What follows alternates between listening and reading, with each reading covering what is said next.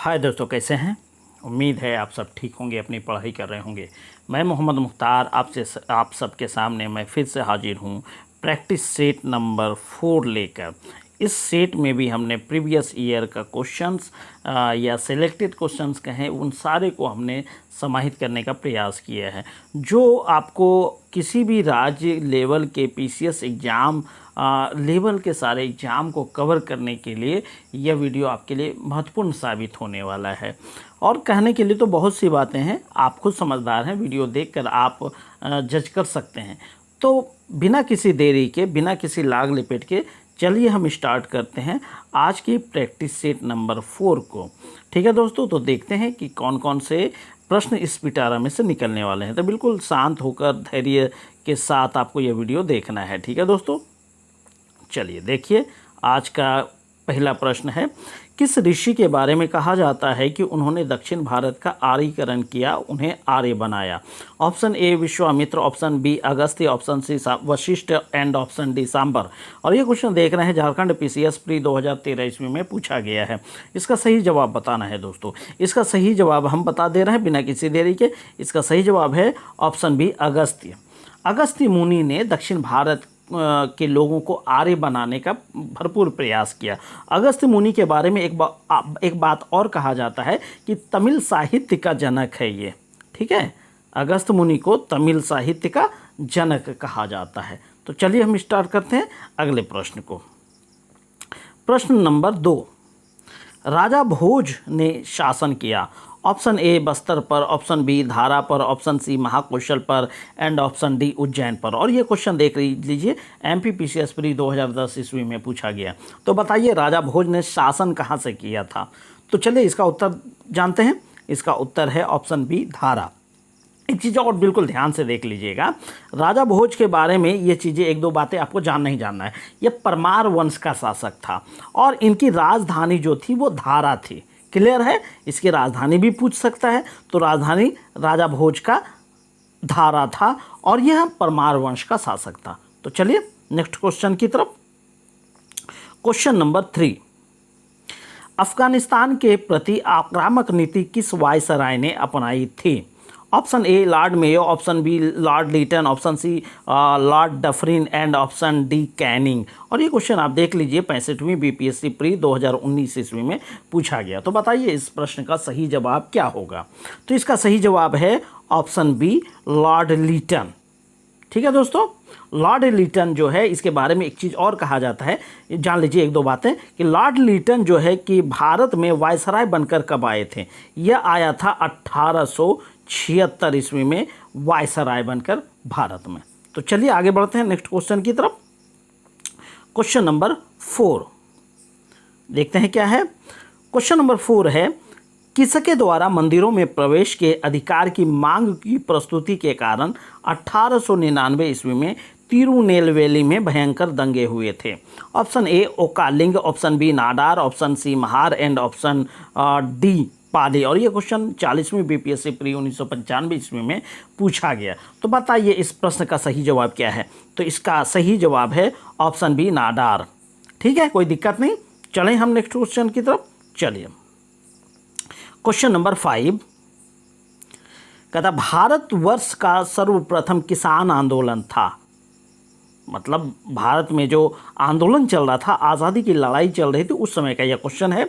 भारतवर्ष में सर्वप्रथम किसान आंदोलन था। Option A Champaran, option B Bardoli, option C Begu and option D Bijolia. और ये क्वेश्चन आप देख लीजिए आरएएस आरटीएस प्री 1992 ईस्वी में पूछा गया था। तो बताइए इसका सही जवाब क्या है। इसका सही जवाब है ऑप्शन डी बिजौलिया। और यह आंदोलन जो है कि भारत में 1913 ईस्वी में हुआ था और इसका नेतृत्व जो किया था साधु सीताराम दास ने। किसने?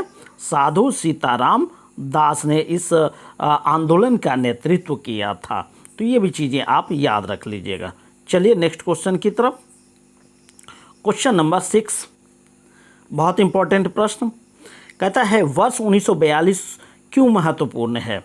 ऑप्शन ए नमक सत्याग्रह, ऑप्शन बी असहयोग आंदोलन, ऑप्शन सी भारत छोड़ो आंदोलन एंड ऑप्शन डी भारत की स्वतंत्रता। और ये क्वेश्चन देख लीजिए एमपीपीसीएस स्पेशल प्री 2003 ईस्वी और एमपीपीसीएस प्री 1904 ईस्वी में पूछा गया है। तो बताइए 1942 ईस्वी भारत के इतिहास में क्यों प्रसिद्ध है या क्यों महत्वपूर्ण है? तो इसका सही जवाब क्या होगा दोस्तों? इसका सही जवाब है भारत छोड़ो आंदोलन। ठीक है, भारत छोड़ो आंदोलन के बारे में जान लीजिए। इनकी शुरुआत कब हुई थी? वो थी 9 अगस्त 1942 ईस्वी में इसकी शुरुआत हुई थी। कोई दिक्कत नहीं दोस्तों, ये भी याद रख लीजिएगा आप। ठीक है, बढ़े हम नेक्स्ट क्वेश्चन की तरफ। क्वेश्चन नंबर 7, महात्मा गांधी ने अपनी आत्मकथा मूल रूप में लिखी। Option A Hindi, option B Marathi, option C Gujarati and option D Angrezi. और ये क्वेश्चन देख लीजिए उत्तराखंड पीसीएस प्री 2010 ईस्वी में पूछा गया। तो बताइए महात्मा गांधी ने जो अपनी आत्मकथा लिखी थी वह मूल रूप से किस भाषा में लिखी थी? तो इसका सही जवाब है ऑप्शन सी गुजराती। अब इसको याद रखने का एक ट्रिक बना लीजिए। महात्मा गांधी कहाँ के रहने वाले थे? पोरबंदर गुजरात के, है ना। तो गुजरात में जाहिर सी बात है कौन सी भाषा हो गई? गुजराती। तो उन्होंने अपनी आत्मकथा गुजराती भाषा में लिखी।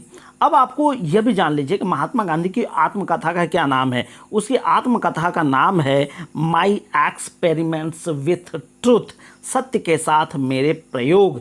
ये उनकी पुस्तक का नाम था। तो चलें बढ़े हम नेक्स्ट क्वेश्चन की तरफ। Question number 8, east India company के किस अंग्रेज गवर्नर को औरंगजेब द्वारा भारत से निष्कासित किया गया? Option A Aungier, option B sir John Child, option C sir John Gayer and option D sir Nicholas Waite. और ये क्वेश्चन एमपी पीसीएस प्री 2008 ईस्वी में पूछा गया। तो बताइए औरंगजेब ने किस अंग्रेज गवर्नर जनरल को भारत से निष्कासित किया था? तो ऑप्शन के हिसाब से इसका सही जवाब है option B sir John Child. अब इसके बारे में थोड़ी सी जानकारी ले लीजिए। भारत के उस समय जो तत्कालीन अंग्रेज अधिकृत भारत था उसके जो है कि जो गवर्नर थे सर जॉन चाइल्ड थे, और इन्होंने 1688 ईस्वी में, बिल्कुल ध्यान दीजिएगा, 1688 ईस्वी में बम्बई के साथ पश्चिमी तट के मुगल बंदरगाहों पर घेरा डाला। और उन्होंने करना क्या शुरू किया? मक्का जाने वाले हज यात्रियों को बंदी बनाने लगा, और जिससे कि एक तरह से औरंगजेब की धार्मिक भावना या प्रशासनिक भावना को ठेस पहुंचा, और उन्होंने अंग्रेज गवर्नर को भारत से निष्कासित कर दिया। तो ये प्रसंग आप याद रखिएगा 1688 ईस्वी को। ठीक है दोस्तों, बढ़े हम नेक्स्ट क्वेश्चन की तरफ।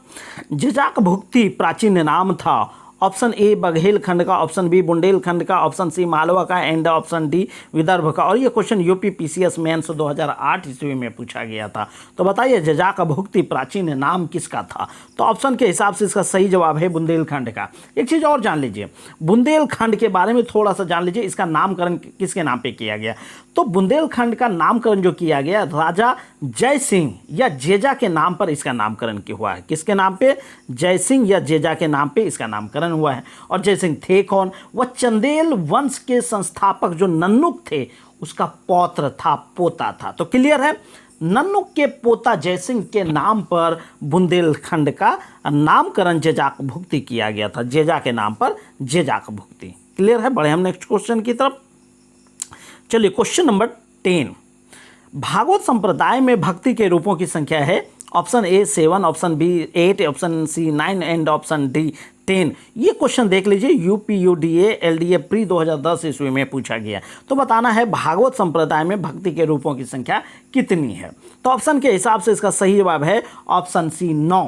और एक चीज़ और जान लीजिए, इस संप्रदाय में मोक्ष प्राप्ति का जो साधन है वह नवधा, कौन सा?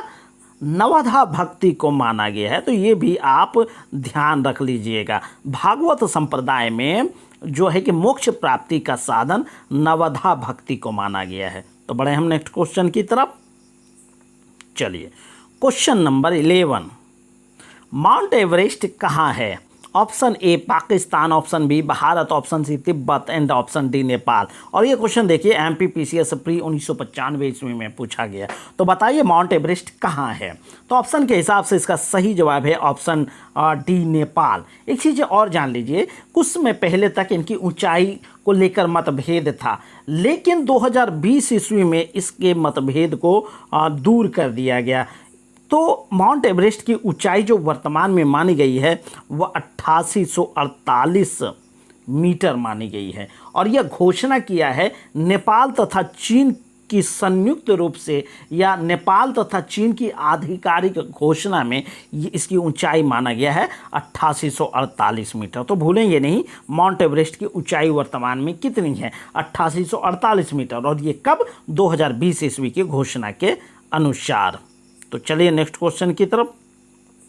क्वेश्चन नंबर 12, गोदना गोदने वाली अनुसूचित जनजाति कौन है? Option A Ojha, option B Gadwa, option C Nagesia and option D Kharia. और ये क्वेश्चन देख लीजिए, छत्तीसगढ़ पीसीएस प्री 2019 ईस्वी में पूछा गया।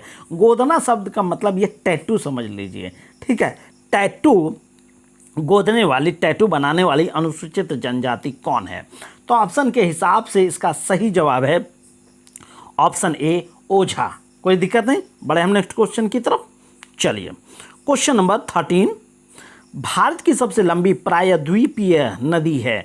Option A Narmada, option B Godavari, option C Mahanadi and option D Krishna. और ये क्वेश्चन देख लीजिए, यूपीआरओ एआरओ मेंस 2014 ईस्वी में पूछा गया है। तो बताइए भारत के प्रायद्वीपीय, सबसे लंबी प्रायद्वीपीय नदी कौन सी है? तो ऑप्शन के हिसाब से इसका सही जवाब है गोदावरी। कोई दिक्कत नहीं दोस्तों, बढ़े हम नेक्स्ट क्वेश्चन की तरफ।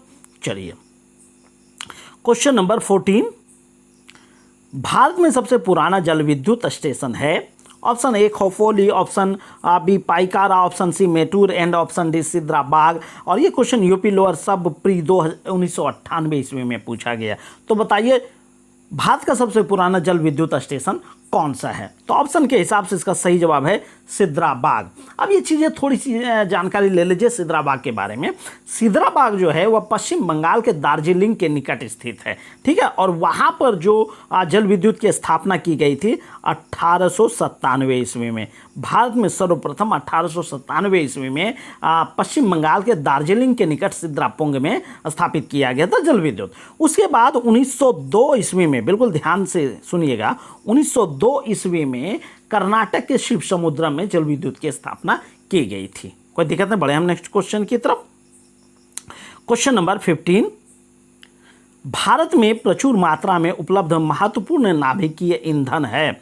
Option A uranium, option B thorium, option C iridium and option D plutonium. और ये क्वेश्चन देख रहे हैं UP lower sub pre 2002, UP PCS pre 2003 and UP PCS mains 2005 ईस्वी में पूछा गया। तो ऐसे प्रश्न को याद रखना बहुत ही जरूरी है। तो फिर से हम प्रश्न की तरफ जो लौटते हैं कि भारत में प्रचुर मात्रा में उपलब्ध नाभिकीय ईंधन कौन सा है? तो ऑप्शन के हिसाब से इसका सही जवाब है दोस्तों थोरियम, ठीक है। थोरियम जो है कि का मुख्य स्रोत जो है वह मोनाजाइट है, इसको भी ध्यान रख लीजिएगा। मोनाजाइट से हमें थोरियम की प्राप्ति होती है। कोई दिक्कत नहीं, बढ़े हम नेक्स्ट क्वेश्चन की तरफ। चलिए क्वेश्चन नंबर 16, भारतीय गन्ना अनुसंधान संस्थान स्थित है? ऑप्शन ए लखनऊ में, ऑप्शन बी कोयम्बटूर में, ऑप्शन सी लुधियाना में and option D Pusa Samastipur में। और ये क्वेश्चन भी देख लीजिए, यूपी पीसीएस मेंस 2013 ईस्वी में पूछा गया। तो भारतीय गन्ना अनुसंधान संस्थान कहाँ स्थित है? ऑप्शन ए लखनऊ में, ठीक है। और इसकी स्थापना कब किया गया ये भी पूछ देगा। 1952 ईस्वी में इसकी स्थापना की जाती है लखनऊ में। इसको ट्रिक से थोड़ा याद रख लीजिएगा कि गन्ना चीनी का उत्पादन सबसे ज़्यादा कहाँ हो रहा है। तो इस तरह के महत्वपूर्ण सब टॉपिक को अपनाकर आप इसको याद रख सकते हैं, ठीक है दोस्तों। तो बढ़े हम नेक्स्ट क्वेश्चन की तरफ। क्वेश्चन नंबर 17, सूर्य का आकार पृथ्वी से कितना गुना बड़ा है? ऑप्शन ए 124 गुना, ऑप्शन बी 100 गुना, ऑप्शन सी 109 गुना एंड ऑप्शन डी 115 गुना। और ये क्वेश्चन भी देख लीजिए, एमपीपीसीएस प्री 2014 ईस्वी में पूछा गया है। तो बताइए इस प्रश्न का सही जवाब। तो इस प्रश्न का सही जवाब है ऑप्शन सी 109 गुना। और ये बातें हमें नासा ने दी है। नासा के अनुसार सूर्य का आकार जो है कि पृथ्वी से 109 गुना बड़ा है। कोई दिक्कत नहीं, बढ़ाए नेक्स्ट क्वेश्चन की तरफ। चलिए क्वेश्चन नंबर 18, ज्वालामुखी विस्फोट किस पेटी में सर्वाधिक है? ऑप्शन ए मध्य महाद्वीपीय, ऑप्शन बी परिप्रशांत महासागरीय, ऑप्शन सी मध्य अटलांटिक एंड ऑप्शन डी अंतर अपलेट ज्वालामुखी। और ये क्वेश्चन देखिए MPPCS प्री 2021 ईस्वी में पूछा गया है। इसका सही जवाब क्या होगा दोस्तों? तो इसका सही जवाब हम बता दे रहे हैं। इसका सही जवाब है परिप्रशांत महासागरीय पेटी में ज्वालामुखी विस्फोट सबसे अधिक मात्रा में होता है। एक चीज़ और जान लीजिए कि विश्व में जितना सक्रिय ज्वालामुखी है उसका 70% जो अकेले परिप्रशांत महासागरीय पेटी में पाया जाता है, इसलिए इसको रिंग ऑफ फायर कहा जाता है। कई बार इसको क्या कहा जाता है? Ring of fire. ये प्रश्न भी पूछा गया है कई बार, रिंग ऑफ फायर किसे कहा जाता है? तो उसका सही जवाब क्या होगा? परिप्रशांत महासागरीय पेटी को।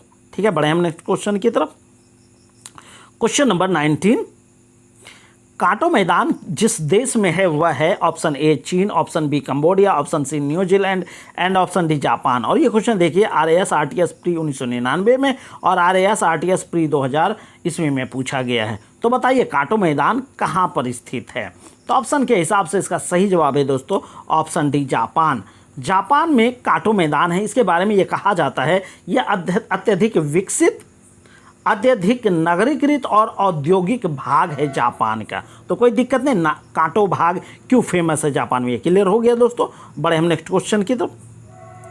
क्वेश्चन नंबर 20, सागरीय लवणता का मुख्य स्रोत है ऑप्शन ए नदियां, ऑप्शन बी भूमि, ऑप्शन सी पवन एंड ऑप्शन डी ज्वालामुखी से निःसृत राख। और ये क्वेश्चन देखिए 63वीं से 55वीं BPSC प्री 2011 ईस्वी में पूछा गया। तो बताइए सागरीय लवणता का मुख्य स्रोत कौन सा है?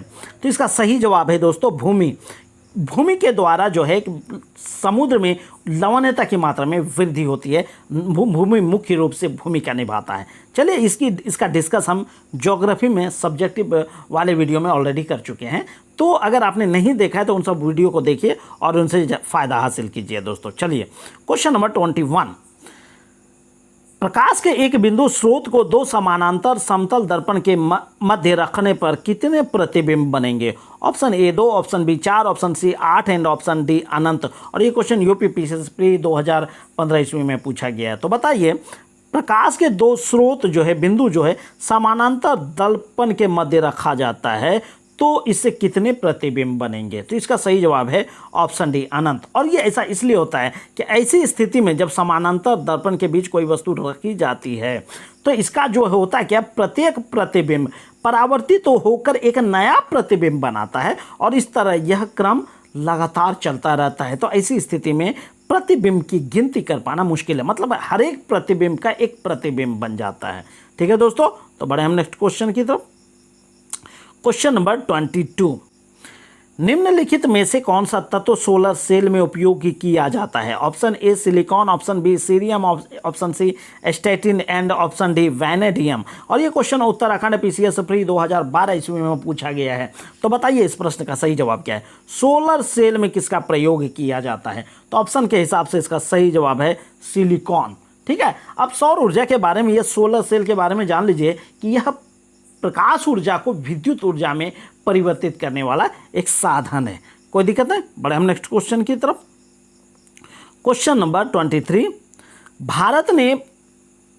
भारत ने सुपर कंप्यूटर परम का निर्माण किया। ऑप्शन ए चेन्नई में, ऑप्शन बी बेंगलुरु में, ऑप्शन सी दिल्ली में एंड ऑप्शन डी पुणे में।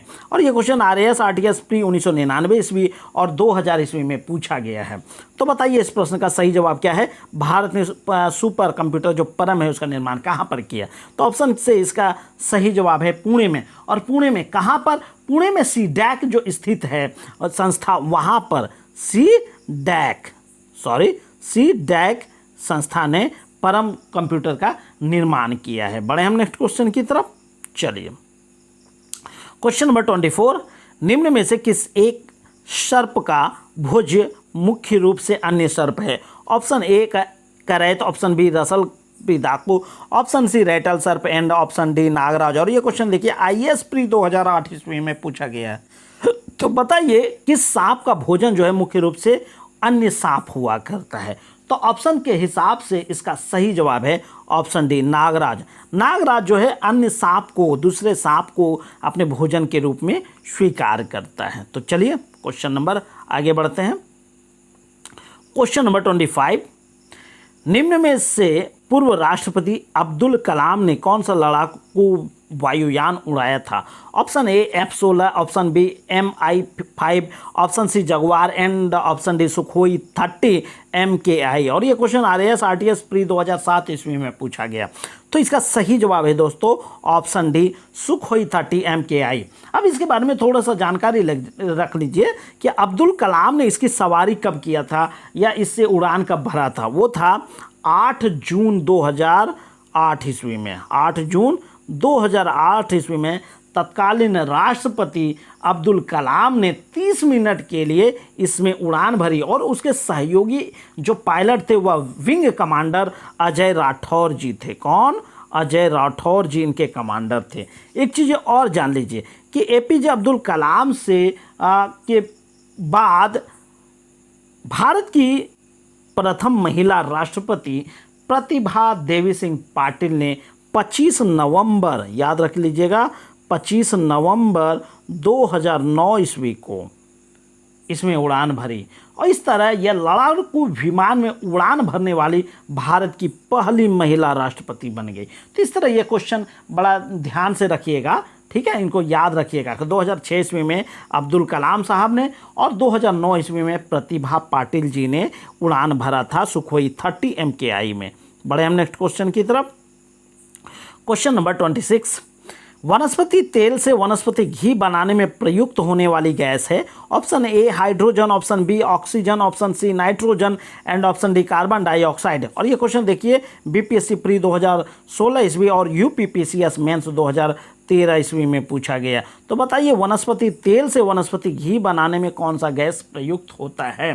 तो ऑप्शन के हिसाब से इसका सही जवाब है ऑप्शन ए हाइड्रोजन। हाइड्रोजन का प्रयोग किया जाता है वनस्पति तेल को वनस्पति घी बनाने में और इसके द्वारा जो प्रक्रिया होती है उसको हाइड्रोजनीकरण प्रक्रिया कहा जाता है। ठीक है दोस्तों, बढ़े हम नेक्स्ट क्वेश्चन की तरफ।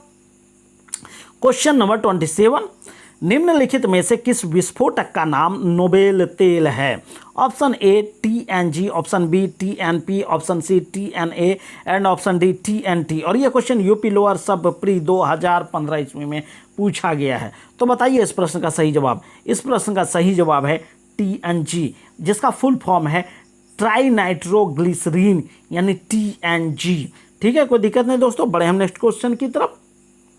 चलिए क्वेश्चन नंबर 28, निम्न में से कौन विटामिन ए का प्राकृतिक स्रोत नहीं है?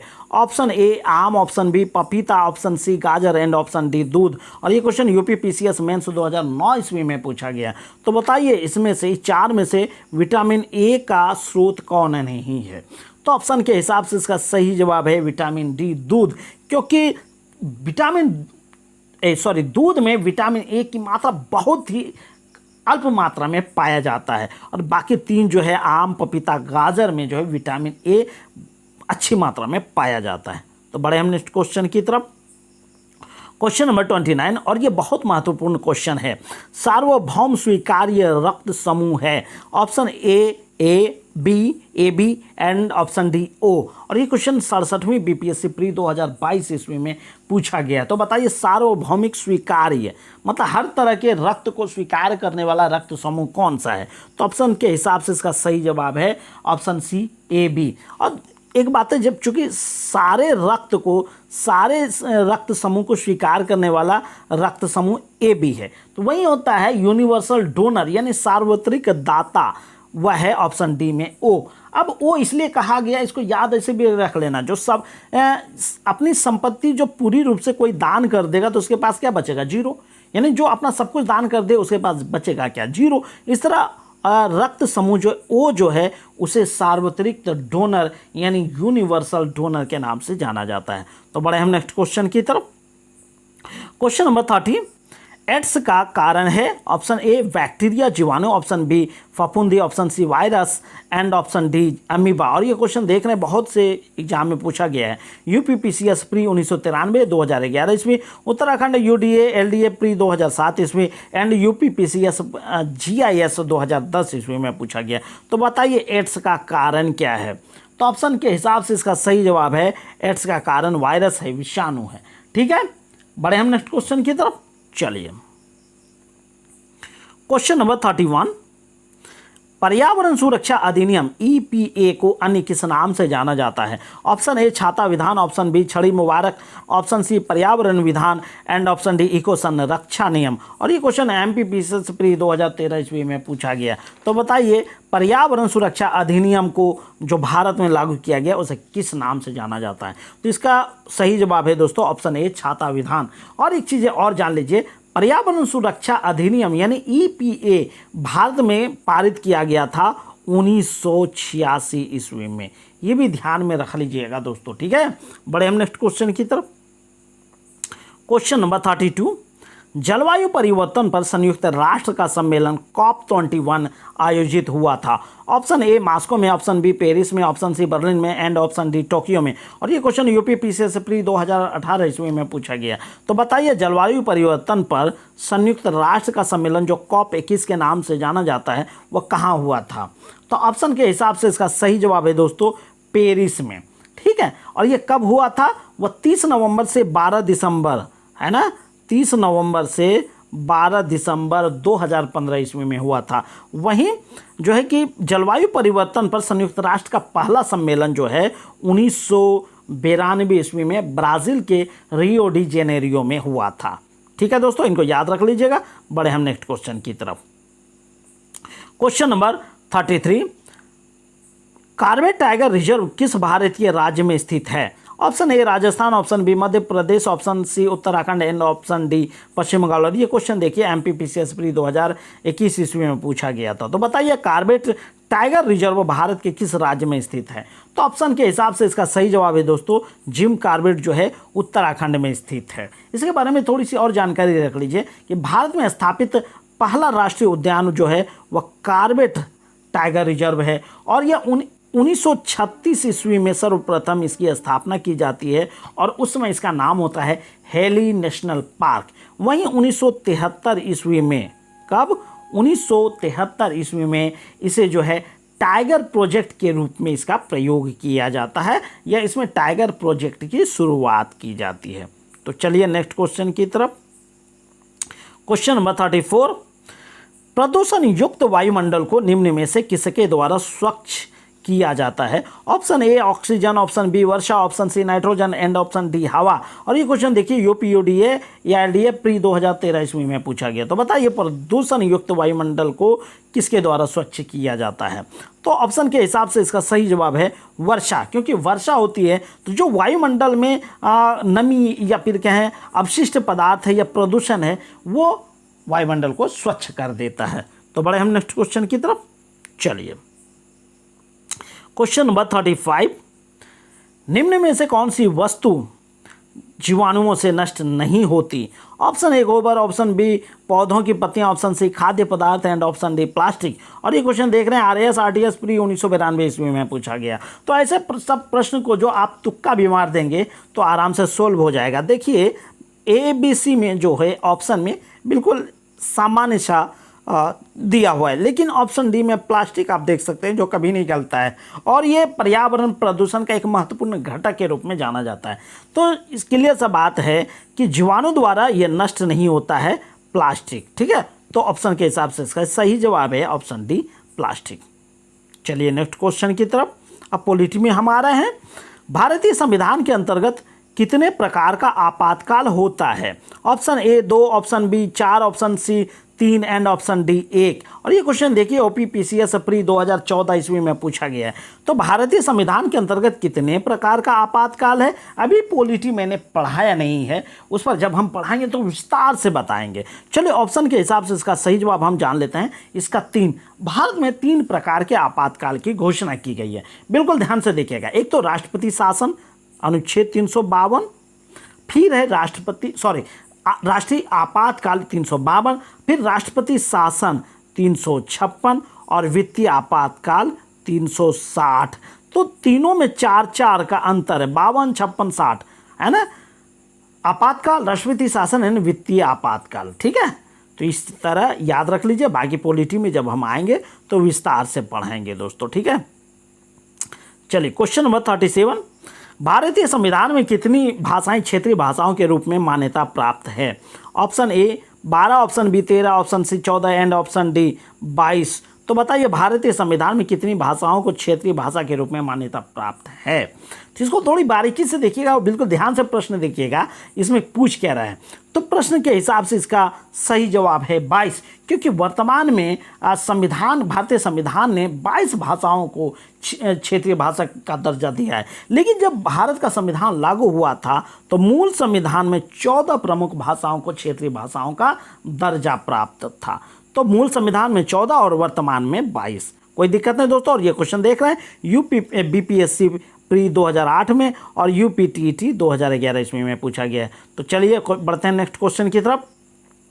क्वेश्चन नंबर 38, मुख्य चुनाव आयुक्त को पदच्युत किया जा सकता है। ऑप्शन ए मुख्य न्यायाधीश उच्च न्यायालय द्वारा, ऑप्शन बी राष्ट्रपति द्वारा, ऑप्शन सी मंत्रिमंडल के प्रस्ताव द्वारा एंड ऑप्शन डी संसद के दोनों सदनों के 2/3 बहुमत से प्रमाणित कदाचार के आधार पर। और ये क्वेश्चन देखिए IAS प्री 1986 ईस्वी में पूछा गया। तो सीधा सा सवाल है कि मुख्य चुनाव आयुक्त को पदच्युत कैसे कर सकते हैं। तो इसका सही जवाब है ऑप्शन डी में कि संसद के दोनों सदन में उपस्थित सदस्यों द्वारा जब 2/3 बहुमत से यह साबित कर दिया जाता है कि उक्त चुनाव आयुक्त ने कदाचार किया है तो उन्हें अपने पद से त्यागपत्र देना पड़ जाता है। तो चलिए नेक्स्ट क्वेश्चन की तरफ। क्वेश्चन नंबर 39, भारत में स्वतंत्रता के बाद प्रथम आम चुनाव कब संपन्न कराए गए। Option A 1947, option B 1948, option C 1956 and option D 1952 ईस्वी। और ये क्वेश्चन बीपीएससी प्री 2015 ईस्वी में पूछा गया था। तो स्वतंत्रता के बाद प्रथम आम चुनाव कब हुआ था। तो ऑप्शन के हिसाब से इसका सही जवाब है 1952 ईस्वी में। कोई दिक्कत नहीं, बढ़े हम नेक्स्ट क्वेश्चन की तरफ। क्वेश्चन नंबर 40, बहुत इंपॉर्टेंट प्रश्न। किसी विधानसभा में कोई धन विधेयक निम्न में से किसकी अनुमति के बिना प्रस्तुत नहीं किया जा सकता है। ऑप्शन ए राज्यपाल, ऑप्शन बी मुख्यमंत्री, ऑप्शन सी वित्त मंत्री एंड ऑप्शन डी स्पीकर। और ये क्वेश्चन देखिए IAS प्री 1989 ईस्वी और यूपीपीसीएस के एग्जाम 2012 ईस्वी में पूछा गया है। तो बताइए कि विधानसभा में धन विधेयक प्रस्तुत करने से पहले किसकी अनुमति ली जाती है। तो ऑप्शन के हिसाब से इसका सही जवाब है दोस्तों राज्यपाल। ठीक है दोस्तों, राज्यपाल की पूर्व अनुमति से जो कि विधानसभा में और राष्ट्रपति की पूर्व अनुमति से जो है कि लोकसभा के पटल पर उसे प्रस्तुत किया जाता है। तो चलिए बढ़ते हैं हम नेक्स्ट क्वेश्चन की तरफ। क्वेश्चन नंबर 41, बिहार के किसानों ने किस आंदोलन में चौकीदार कर देने से इनकार कर दिया था। ये क्वेश्चन बिहार से रिलेटेड है। हर सेट में हम लास्ट में 10 क्वेश्चंस बिहार स्पेशल से सेट कर रहे हैं। ठीक है, वो इसलिए कि दोस्तों अभी वर्तमान में बिहार में PCS लेवल का एग्जाम धड़ल्ले से चल रहा है। तो मेरे बहुत से प्रतियोगी परीक्षा की तैयारी करने वाले बिहारी छात्रों के लिए यह कारगर साबित होने वाला है। तो चलिए, बिहार के किसानों ने किस आंदोलन में चौकीदारी कर देने से इनकार कर दिया था। Option A Champaran Satyagraha, option B असहयोग आंदोलन, ऑप्शन सी स्वदेशी आंदोलन एंड ऑप्शन डी सविनय अवज्ञा आंदोलन। और ये क्वेश्चन 66वीं बीपीएससी प्री 2020 ईस्वी में पूछा गया है। तो बताइए इसका सही जवाब क्या है दोस्तों। तो इसका सही जवाब है सविनय अवज्ञा आंदोलन। इसमें जो है कि बिहार के किसानों ने चौकीदारी कर देने से मना कर दिया था। बढ़े हम नेक्स्ट क्वेश्चन की तरफ। क्वेश्चन नंबर 42 कहता है 1922 के भारतीय राष्ट्रीय कांग्रेस के गया अधिवेशन के अध्यक्ष कौन थे। Option A CR Das, option B SP Sinha, option C doctor Rajendra Prasad and option D Ras Bihari Bose. और ये क्वेश्चन भी देखिए बीपीएससी प्री 66वीं के 2020 ईस्वी में पूछा गया है। तो 1922 ईस्वी में जो कांग्रेस का अधिवेशन गया में हुआ था उसके अध्यक्षता किसने किया था। तो इसका सही जवाब है दोस्तों CR दास। ऑप्शन ए में CR दास है। उन्होंने गया के कांग्रेस अधिवेशन में उसकी अध्यक्षता किया था। बढ़े हम नेक्स्ट क्वेश्चन की तरफ।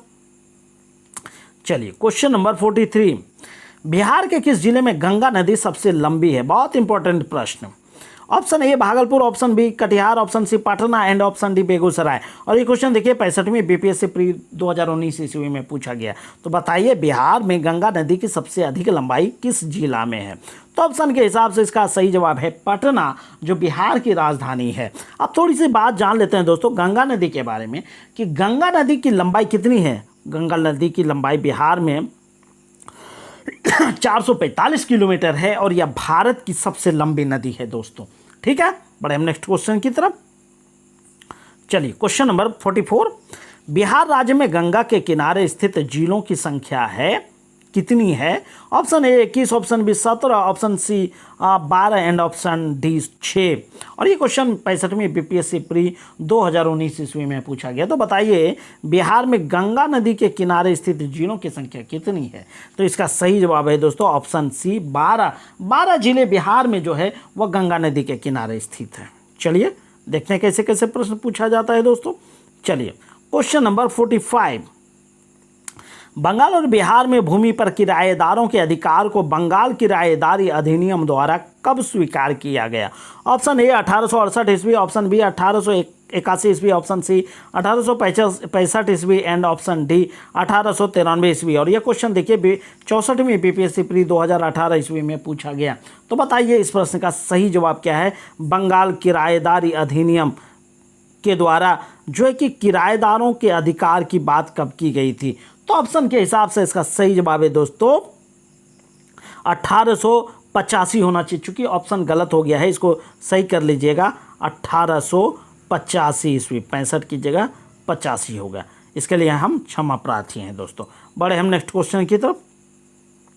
क्वेश्चन नंबर 46, बिहार कब भारत में एक स्वतंत्र प्रदेश बना? ऑप्शन ए 1897 ईस्वी, ऑप्शन बी 1905 ईस्वी, ऑप्शन सी 1907 ईस्वी एंड ऑप्शन डी 1912 ईस्वी। और यह क्वेश्चन 64वीं बीपीएससी प्री 2018 ईस्वी में पूछा गया।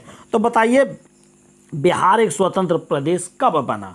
तो ऑप्शन के हिसाब से इसका सही जवाब है 1912 ईस्वी में। ठीक है, 22 मार्च 1912 ईस्वी को जो है बिहार राज्य की, कब? 22 मार्च 1912 ईस्वी को बिहार नामक एक स्वतंत्र प्रदेश की स्थापना की गई। चूंकि 22 मार्च को इनकी स्थापना हुई थी, इसलिए 22 मार्च को बिहार दिवस के रूप में घोषित किया जाता है। वहीं एक और प्रश्न पूछा जाता है कि बिहार एक पृथक प्रांत कब बना था? तो वो है 1 अप्रैल 1936 ईस्वी में उड़ीसा से अलग होकर बिहार एक जो है कि पृथक प्रांत के रूप में गठित हुआ था। बढ़े हम नेक्स्ट क्वेश्चन की तरफ।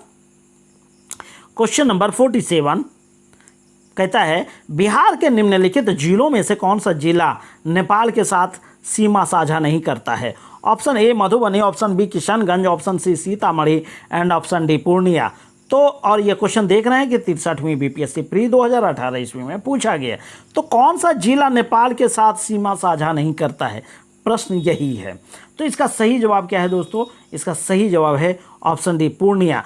क्योंकि भारत का जब आप मैप देखेंगे तो पूर्णिया किसी भी रूप में नेपाल से जुड़ा हुआ नहीं है। ठीक है, बढ़े हम नेक्स्ट क्वेश्चन की तरफ। कहता है क्वेश्चन नंबर 48 में Barh super thermal power station BSTPS किस राज्य में स्थित है? Option A Bihar, option B Karnataka, option C Rajasthan and option D Punjab. और ये क्वेश्चन देखिए 63वीं बीपीएससी प्री 2018 ईस्वी में पूछा गया है। तो बाढ़ सुपर थर्मल पावर स्टेशन किस राज्य में स्थित है? तो ऑप्शन के हिसाब से इसका सही जवाब है दोस्तों ऑप्शन ए बिहार। और ये जान लीजिए यह बिहार में जो है कि पटना के समीप स्थित है, स्टेट हाईवे 31 पर। ठीक है, राजपथ 31 के निकट या कहें पटना के निकट बाढ़ सुपर थर्मल पावर की स्थापना की गई है। और यह NTPC के स्वामित्व में आता है, मतलब इसका स्वामित्व या डायरेक्ट लिंक NTPC के पास है। चलिए नेक्स्ट क्वेश्चन की तरफ। क्वेश्चन नंबर 49, बिहार में कृषि भूमि के जोतों का औसत आकार दूसरे राज्यों की तुलना में है। ऑप्शन ए न्यूनतम, ऑप्शन बी न्यूनतम से द्वितीय, ऑप्शन सी उच्चतम एंड ऑप्शन डी उच्चतम से द्वितीय। और ये क्वेश्चन 63वीं बीपीएससी प्री 2018 ईस्वी में पूछा गया है। तो बताइए इस प्रश्न का सही जवाब क्या है दोस्तों? तो हम बता दे रहे हैं इसका सही जवाब है ऑप्शन बी न्यूनतम से दूसरे, मतलब नीचे से दूसरा स्थान पे है बिहार के कृषि भूमि जोतों का औसत आकार। ठीक है, क्वेश्चन नंबर 50 और इस वीडियो का आखिरी क्वेश्चन, उदंतपुरी शिक्षा केंद्र निम्न में से किस राज्य में अवस्थित था? Option A Bengal, option B Bihar, option C Gujarat and option D Tamil Nadu. और यह क्वेश्चन 60वीं से 62वीं बीपीएससी प्री 2017 ईस्वी में पूछा गया है दोस्तों। तो उदंतपुरी शिक्षा केंद्र जो है वह बिहार में स्थित है। ठीक है। या इसकी स्थापना किसने किया था? गोपाल ने, जो पाल वंश के संस्थापक था। अब पाल वंश में ऐसे ऐसे धर्मावलंबी थे, क्योंकि पाल वंश के जो शासक हुआ करते थे वो अक्सर या फिर कहें बौद्ध धर्म से ही रिलेटेड थे या बौद्ध धर्म के समर्थक थे। वहीं एक धर्मपाल भी है, पाल वंश का ही शासक है। उन्होंने विक्रमशिला विश्वविद्यालय जो भागलपुर के निकट बटेश्वर स्थान में मौजूद है उसकी स्थापना किया था। तो इस तरह दोस्तों हमने आज इस वीडियो में टोटल 50 क्वेश्चंस जो सेलेक्टेड है, किसी न किसी पीसीएस के एग्जाम में पूछा गया है, उन सारे प्रश्नों को हम आपके सामने प्रस्तुत किए। ठीक है दोस्तों, तो वीडियो अगर आपको पसंद आता है ना दोस्तों तो वीडियो को लाइक कीजिए। अगर आप हमारे चैनल पर पहली बार आए हैं तो प्लीज़ चैनल को सब्सक्राइब कीजिए और जितना ज़्यादा से ज़्यादा हो सकता है इसे दोस्तों में शेयर कीजिए। तब तक के लिए थैंक यू। जय हिंद, जय भारत।